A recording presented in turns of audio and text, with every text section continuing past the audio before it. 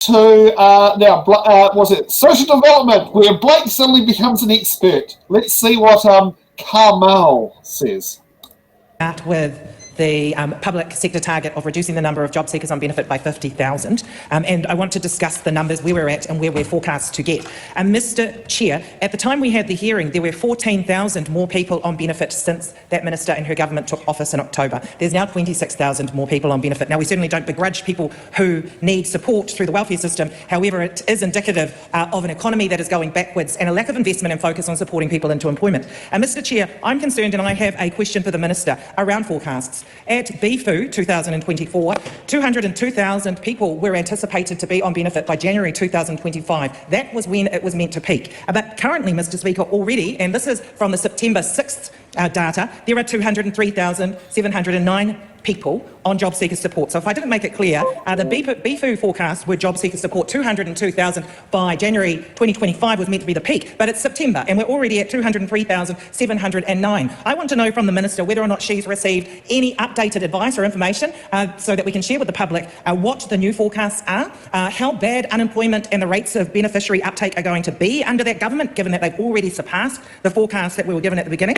I also want to know, given there are 26,000 more people on benefit since that government took office, how many more children there are living in benefit-dependent households and what that will mean for child poverty and child poverty predictions. Mr. Speaker, a different question, but I'll put it on the table now too. I want to know from the minister why, given there are actually 30,000 more people on benefit than there were a year ago, why we are seeing food grants down 2,500 now compared to a year ago. So it doesn't seem to make sense that we have fewer people in the welfare system needing hardship support when there is a significant increase of the number of people that are currently in the welfare system accessing benefits. So I want updated forecasts for how bad unemployment and beneficiary uptake is going to get in the country, given how bad it already is, significantly worse than forecast, how many children are living in those households and what the child poverty implications will be, and why there seems to have been a reduction in hardship assistance uptake, despite the fact we see 30,000 more people on benefit compared to a year ago. Thank you, Mr. Chair. So I want to take us back to one of the decisions that was made as part of the budget, which was to stop around 900 disabled workers from being entitled to earning at least the minimum wage. Some of those workers are currently earning close to $2 an hour for work that other people, able-bodied people, could be making on the minimum wage. When we were unpacking this policy decision of preventing disabled workers from earning at least the minimum wage to pay for tax cuts, we were told that one of the rationales was the concerns from providers, including potential job losses. And I want the minister to tell us whether it's true that going ahead with a wage supplement that would have topped up the contributions from employers would have resulted in job losses. If so, how many job losses would we have seen? Because to me, when I read the papers, it just seems like it was a callous cut to actually enable tax cuts, and it had nothing to do about protecting jobs. So can I confirm how many job losses we would have seen if we had gone ahead with the wage supplement, a top up to wages from contributions from employers that would have enabled disabled people to earn at least the minimum wage? Mr. Chair, I have been reminded to keep my answers short, so I shall. So the first thing, in terms of the economic context, I want to repeat what the Prime Minister said in the House yesterday. When you have extraordinary government spending, some of it wasteful, it leads to inflation, it leads to higher interest rates, it leads to a recession, it leads to unemployment. That is the reality of the cycle we are in, and yes, it is worse than Treasury forecast. So the current forecasts is that instead of 202,500 being on the job seeker benefit in January 25, it will peak at 214,000. That doesn't change our target, it doesn't change the work we're doing, and actually what I would like to put on record is that our work exits in July and August this year are 1,500 up on the same time a year ago. So what we're doing is working. I would just repeat for the member, in terms of child poverty, we have an additional 50,000 children growing up in benefit-dependent households. That's the legacy of the previous government. And now 224,000 of those children, 1 in 5, which is reasonably dire. In terms of the next member's question about the minimum wage exemption, I would remind members that the minimum wage exemption predominantly applies for those who are receiving the supported living payment. So they receive a full-time benefit for their disability. And the minimum wage exemption at the moment applies to about 900 people who are able to then be in a workplace or a disability enterprise. And the feedback from the disability enterprises were they didn't put a number on the job losses, but they were very concerned about if the wage supplement was to proceed, it would mean job losses. The member might be interested in one of the pieces of work that we are progressing at the moment, and that is how do we make sure that more who are on the minimum wage exemption that's used as a pathway into the open employment market or further educational training. And that is something that I'm committed to. I'm very clear about supporting more disabled people into work. Okay, Blake, you fire away.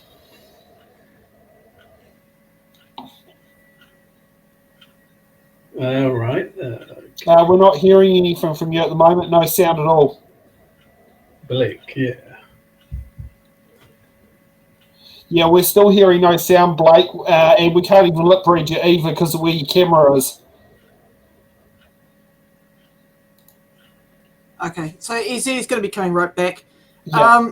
So I'll guess I'll filibuster until he comes back. That's the expertise of the left, filibustering all the bills like you always do. Yeah. Oh, even without filibusters. Isn't that how it always goes? When you're in opposition, you've got to filibuster. Yeah. Winston Peters bragged about filibustering when he was paid for the stop at the asset sales bill, and then he complains about when he becomes a statesman. Thanks to that, there'll be emergency meetings next week. More yummy stuff at Bellamy's for all the MPs. I love the meals there. I've been there before. It was really lovely. I like that David Lange, the meal as well. I'm not sure a steak or something. It was very good. Try it there when you go there. But yeah, that's. But okay, that's jokes apart. The point is that what do you think of those discussions? I think I'll let. I think Blake can start. Yeah, I was waiting for Blake to. Okay, sorry, Blake. I had to duck out because the audio went funny. Anyway, so yeah, luckily I watched this already, so I know what you say. They're all full of crap. So yeah, like going back to what Ricardo was saying, the fact that some disabled people only earn under $2 in wage is disgraceful. We should not have discrimination in wage, especially for the disability in this type of country. Yeah. So, yeah, it's not good. And the fact that they're touting benefits are getting better when they're getting worse is not good either. I mean, the interesting part is how the one part that was mentioned on there, Carmel, I wish she did sit there and say was the increase in the number of grants declined. That would be the biggest thing in there. Like grants benefit numbers going up and grants going down. That does raise a bit of suspicion. But if the application number is the same or increasing, but the approval rate's dropping, that's when you can sit there and ask questions in there. And is MSD actually doing things properly when they are declining someone, or are they just taking the easy way out rather than properly assessing? Because I know that is something that has been often at MSD is a misunderstanding or something that's not been asked correctly or got taken the wrong way, and MSD runs with it. And sometimes that could be sitting there saying, cash on hand could be mistaken as having available credit on a credit card, which is not cash on hand. But some case managers go, well, you've got $5,000 on your credit card, so why don't you use that before you get a food grant? Even that the law states that it's $5,000 cash in the bank would sit there and decline you that, not a $5,000 credit limit on a credit card that could have a balance at zero or a balance at $5,000. Yeah, and the thing that gets me is that they say, like, and this is why I'm concerned about if I can't be enrolled into MSD, especially because if they don't know how to deal with normal people, with all due respect, how are they going to deal with us disabled people? When it is proven that MSD have a terrible terrible track record with disability. They have a track record with anything that goes off a script. Like you sit there and ask for something script that is off script. Sorry, my script doesn't give me the answer. Sorry, I want the answer. I'm sorry. And you go, if you don't have an answer, phone a friend for help. Next minute you're on hold, waiting for them going to a supervisor to sit there and have that. And that is a common experience and I'd say it's down to poor training, actually, because, a beneficiary, a recipient should not have to educate a case manager in the Social Securities Act. But often that is the case. And it's very concerning. And it's like Blake sitting there saying, you're going to sit down there and have a WINS case where you go, Blake, you can walk out the door. You don't need a wheelchair. And then it's going to sit down there and go in there, and you have a stupid case manager make that decision. Because that's what happens when you are ill-qualified and ill-intent to sit there and do that, And then, we know straight away Blake is going to be stuck there and bed-bound as a result of that stupid case manager make that decision. And hey, what happens when you get things wrong? That's something that, that seems to be something that seems to be with WINS. It's inappropriate to ask the case manager to be given a wet bus ticket when they screw up so horribly. Well, okay. You sit down there between your wages 1 minute after 5 p.m., you've got to be forced with a debt against your will.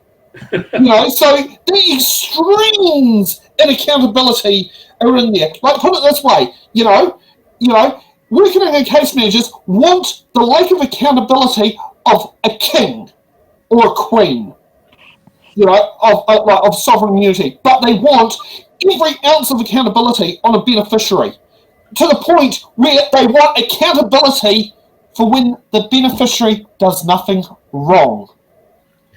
Can I just have a take on this, what you're just saying? And good to hear your Correro, very passionate Correro, and that's the whole purpose of having discussions. Now, I was looking more into the more macroeconomic situation that led to the increase of so many more beneficiaries. This didn't happen now.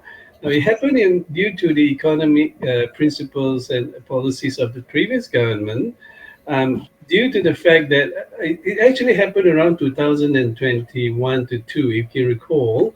Our interest rates was only 2% to buy homes, and the homes was at the highest price, very jacked up, and more and more people were buying because they were afraid they might miss out. This is the typical share market thing where the shares are going high, you got to buy the shares before it goes. And then when they all went in, right, like the little fishes that come in, and then suddenly the whole thing crashes, right? And these are the people we're going through right now. Yes, they lost their homes, they lost their deposits, their 400K deposit, the 200K deposits. And then on top of that, the loan then shoots up from 2% to 6%, right? In the official cash rate, which is 8% in the real terms of a bank, any bank. That means they're actually paying an extra $2,000 a month that wipes out any daily bread. So then they are forced to sell the homes, be unemployed if they're having small, medium businesses, or be unemployed because they can't afford to sustain themselves. And that's why you have that whole block suddenly dropped in on this year. So it comes across as if the national-led coalition are the ones responsible, which the left will try to take advantage and exploit.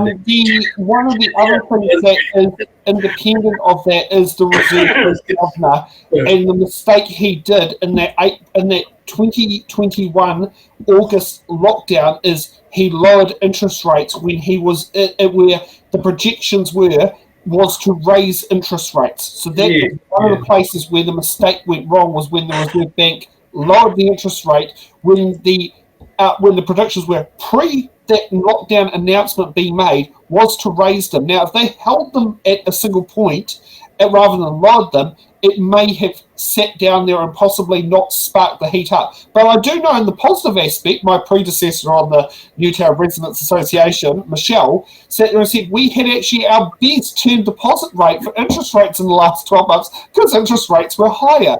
And it managed to, this last tax year, we ended up in deficit. Whereas, but that high interest rate significantly reduced the deficit from the interest in the savings account. That's right.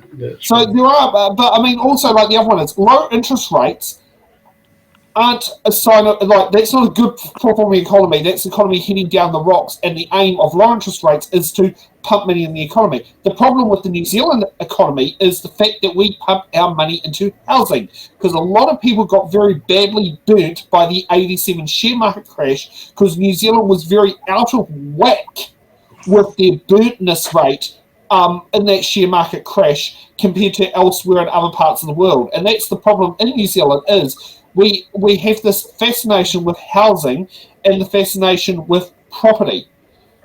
Yeah, and that's the thing is that, you know, I believe we need to work on our way to reduce our dependency on housing and shift it to more productive parts of the economy. You know, one thing that was done by Labor was to remove interest deductibility on existing builds. So it encouraged people to add new builds to the system. National has reversed that, which then incentivises to buy existing housing stock. You know, I don't believe they should have put the interest deductibility not just on rental new builds, they should have also put on residential new builds as well. So that would incentivize new homeowners to buy new houses.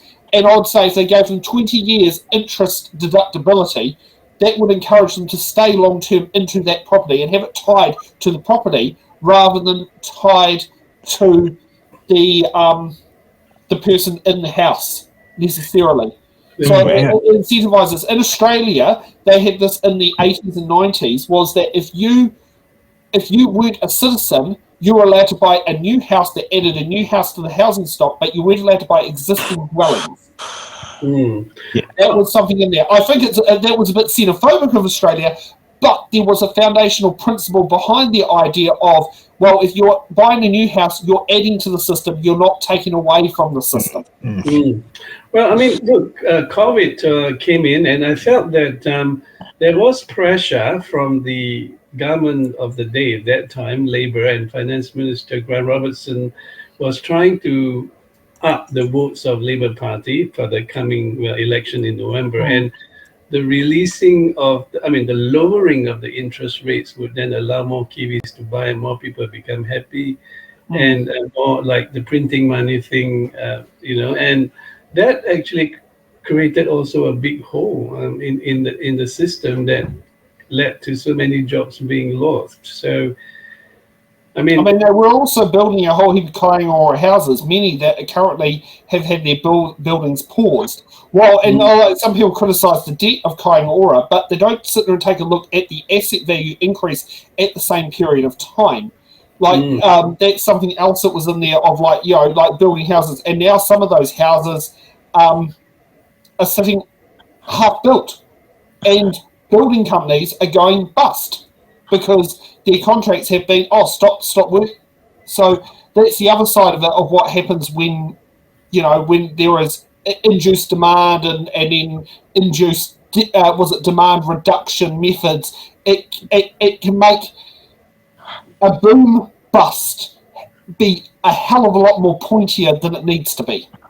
I empathize with those who lost their houses. You're talking about maybe 15 years of savings, like 200,000 New Zealand dollars. Which also, if you're on a benefit, once you hit $8,000, you're no longer entitled to the accommodation supplement. Just to point that out there, that same figure was in the 1980s. Yeah, I think it led many house owners to become on MSD because they were really, look, when it went up to 6%, people were saying, my God, I'm paying $2,000 more a month. Yeah, no trust, yeah. And there was also, what happens when you have interest rate, when you have an economy that runs away in one direction and all sorts of things there. Because interest rates are meant to be what is meant to try and stabilise growth and demand. It's not meant to let things go in there. And that is something where, and actually here's a good one to point out there. If you're in Wellington City Council social housing, you're allowed $99,000 in the bank before you're ineligible for that house. But working income, accommodation supplement caps out at $8,000. All right, okay. Just to put something in perspective, because Wellington City Council has adjusted their criteria with inflation.